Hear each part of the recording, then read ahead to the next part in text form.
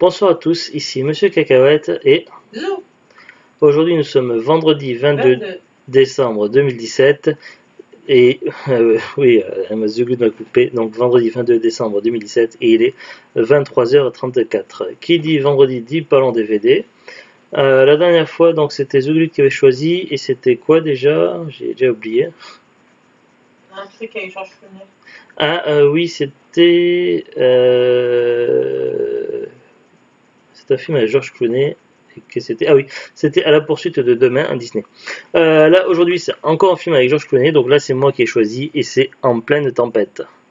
Alors c'est un film classique, vous avez certainement dû entendre parler ou voir, donc il est passé plusieurs fois à la télé.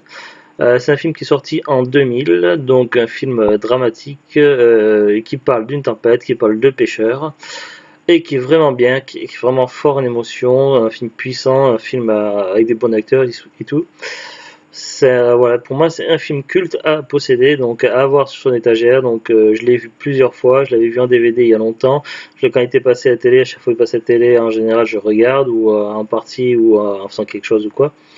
Mais voilà, donc pour moi, c'est un classique. Je ne connaissais pas. J'entends qu'Aric fait des bêtises. Voilà, pour moi, Pourquoi c'est. Carla fait des bêtises, c'est pas neige. Je sais parce que Neige est devant moi, je vois qu'elle fait pas des Ah, bêtises et qu'elle d'accord. regarde Carla. Voilà, pour moi, c'est un film à posséder absolument. Toi qui connaissais pas The Glut, qu'est-ce que t'en pensais du film? Bien. T'as bien aimé? Ouais. À part quoi? C'est la fin qui t'a dérangé, c'est ça? Oui. Ah oui, mais voilà. Qui dit film dramatique dit voilà quoi. Alors je vais vous le parce que bon c'est vrai que je vous ai pas vraiment présenté le film là, j'ai dit un peu j'ai parlé un peu comme ça, mais voilà. Donc je vais vous expliquer un petit peu le film et je vais commencer par vous lire le synopsis. Alors, bah là, déjà sur le dos, une marque rarement l'océan aura été montré à l'écran avec une telle force par l'Express. Les scènes de tempête sont à couper le souffle. L'Express, le spectacle est impressionnant, le nouvel observateur. Alors, automne 91, Gloucester, la saison de pêche a été décevante et les finances de l'Andrea Gale s'en ressentent. Le bateau va donc quitter une nouvelle fois le port de Gloucester pour s'aventurer dans des zones à haut risque. Billy Tin, George Clooney, capitaine de l'Andrea Gale, décide alors de tenter sa chance dans la zone du Cap Flemish. Il ne se doute pas qu'une terrible tempête se prépare sur l'Atlantique Nord. Wolfgang Petersen, réalisateur de Air Force One Alert dans la ligne de mire, nous offre du grand spectacle, une aventure terrifiante inspirée d'une histoire vraie qui s'est passée dans les années 60. Les producteurs ont déployé les grands moyens et ILM, la société d'effets spéciaux de George Lucas, s'est surpassée pour nous faire revivre la tempête du siècle. À ne pas confondre avec le film qui s'appelle La tempête du siècle, qui est tiré d'un roman de Stephen King qui a complètement rien à voir. George Clooney, quant à lui, est excellent dans le rôle du capitaine qui livre un combat désespéré contre les éléments déchaînés. Amateur de sensations fortes, laissez-vous emporter par la tourmente. Oui, il ne précise pas là dans le synopsis d'Audo, mais ça se passe pas très loin des Bermudes. Et également d'une zone qui s'appelle zone de sable ou un truc comme ça, je sais plus le terme exact. Ou le banc de sable, je sais plus. Tu te souviens toi de The Glut? Hein? Il y a le sable dedans. Oui, voilà. L'île des sables, non? Ouais, l'île de Sable, je crois, et les Bermudes. Donc c'est pas très loin. Il y a plusieurs temps, dans le film plusieurs tempêtes qui se déclarent à plusieurs endroits. Et forcément, eux, ils se retrouvent entre chaque tempête au milieu, et du coup, c'est la catastrophe. Donc oui, forcément, c'est un film catastrophe. À la base, c'est des pêcheurs, donc ils ont fait une mauvaise saison. Donc la pêche n'est pas tout le long de l'année. En général, il y a des moments où ça s'arrête, forcément. Eux, ils sont spécialisés dans l'espadon. Donc voilà, après, s'il y a autre chose, mais en général, c'est plus l'espadon quand même. Ils sont pas les seuls à travailler dans le coin à Gloucester, mais des autres pêcheurs, donc ils ont réussi à faire une bonne saison. Eux, ils n'ont trouvé pas assez de pêche, pas assez d'espadon, et donc du coup, ils n'ont pas gagné assez d'argent pour pouvoir tenir jusqu'à la prochaine saison, jusqu'à la prochaine année. Donc ils sont obligés de repartir en pêche, alors qu'ils sont en plein automne et que ça commence à être compliqué. Et en plus, la météo, c'était pas le bon moment, quoi. Donc voilà, ils repartent en pleine mer pour pêcher les espadons ça va pas très très bien se passer. Voilà, je peux pas vous en dire plus pour ne pas vous spoiler, parce que sinon, voilà quoi, c'est difficile de parler de ce film sans le spoiler. Mais en tout cas, voilà, donc pour un film de 2000, il a pas du tout vieilli, donc les effets spéciaux sont super. Le scénario, ça va, pas de problème. Donc le jeu des acteurs aussi qui est excellent. Donc voilà, pour moi c'est un grand film. Voilà, si vous aimez les films de sensations fortes, de tempête, de Oh, il mer, était pas si de... long que ça, hein. Non, j'ai pas dit qu'il était long. T'as dit un grand film. Oui, mais grand film, c'est pour dire grand dans les grandeurs, pas la durée. Donc voilà, si vous aimez les sensations fortes, la mer, les bateaux, voilà. Franchement, c'est un film, c'est un classique que j'ai vu plusieurs fois du coup et que voilà. Si vous aimez ce genre de film, c'est le film à avoir et à regarder sur son étagère et puis à voir plusieurs fois et tout. Voilà, pour moi, c'est un grand film. Voilà, je suis fan de ce film. Donc, si vous êtes fan de ce genre de film, je vous conseille déjà peut-être commencer par regarder une bande-annonce, quoique je sais pas si on trouve encore des bandes-annonces de cette époque-là.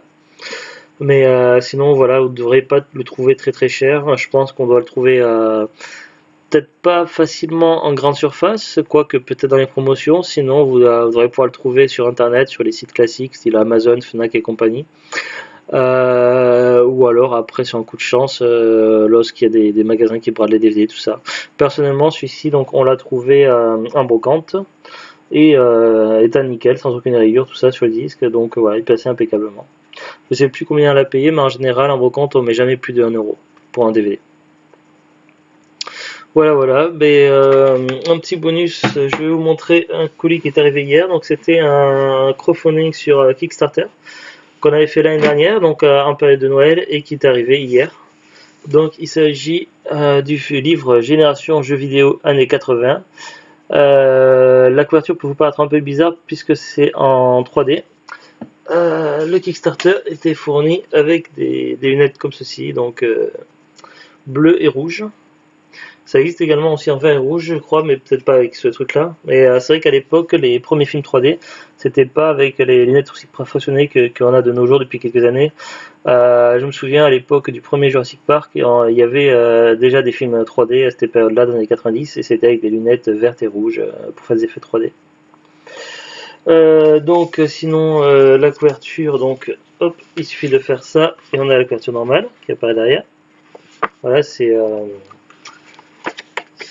une sorte de fourreau qui est en 3D en fait. C'est un livre qui a été fait par les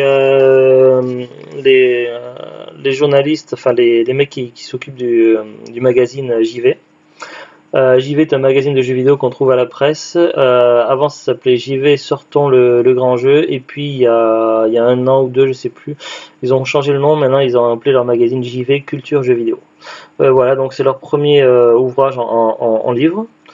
Donc c'était un projet Kickstarter, mais normalement ils avaient dit que ça serait commercialisé, donc je sais pas où c'est trouvable, si ça se trouve en grande surface, en librairie, à la presse, je ne sais pas, mais peut-être sur leur site internet à JV. Vous tapez magazine JV, je pense, sur Google, et vous aurez certainement trouvé. Là, ils ont une boutique où ils vendent des abonnements, leurs anciens magazines, donc vous pouvez certainement le trouver là-dessus. Donc ça, c'est un livre sur les jeux vidéo qui est basé sur les années 80. Donc il y a les classiques, là on voit Zaxxon, je prends des pages au hasard. Il y a pas de tranche d'horaire. Liner, je l'ai pas encore lu parce que c'est arrivé hier. Il y a l'année 87. Là, il s'appelle le Sapien de Dragon Quest. L'Amstrad, je me souviens dans les magazines à l'époque, les pubs avec Amstrad, avec les crocodiles et tout ça, c'était sympa. J'ai jamais eu de Amstrad, nous on était PC, donc j'ai eu un PC 286 à l'époque et un 486, donc j'avais pas d'Amstrad ni d'Amiga, donc tout ça je connais pas. Par contre, j'ai connu beaucoup de jeux DOS à l'époque, sous disquette 3 pouces et demi et 80 quarts, si je dis pas de bêtises. Je vais ranger le livre dans l'étagère. J'ai mal remis le fourreau.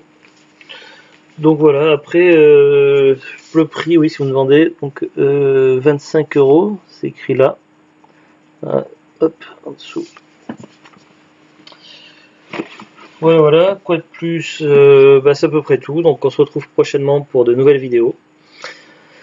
Et puis voilà, on est déjà le 22 quand même, donc je vous souhaite on vous souhaite de joyeuses fêtes. Et là, c'est une sorte de coussin que vous voyez, hein.